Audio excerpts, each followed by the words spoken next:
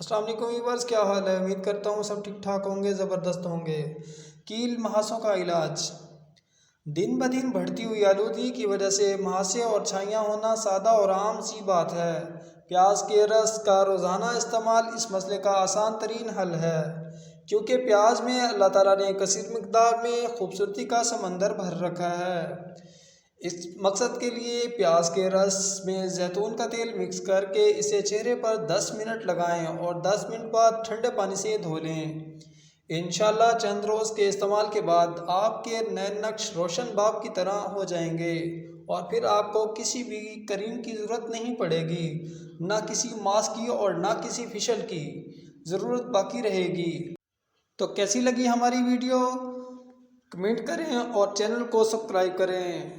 جزاک اللہ۔ اللہ آپ کی نسلوں کو خوش رکھے، آپ کے معاملات میں آسانی کرے۔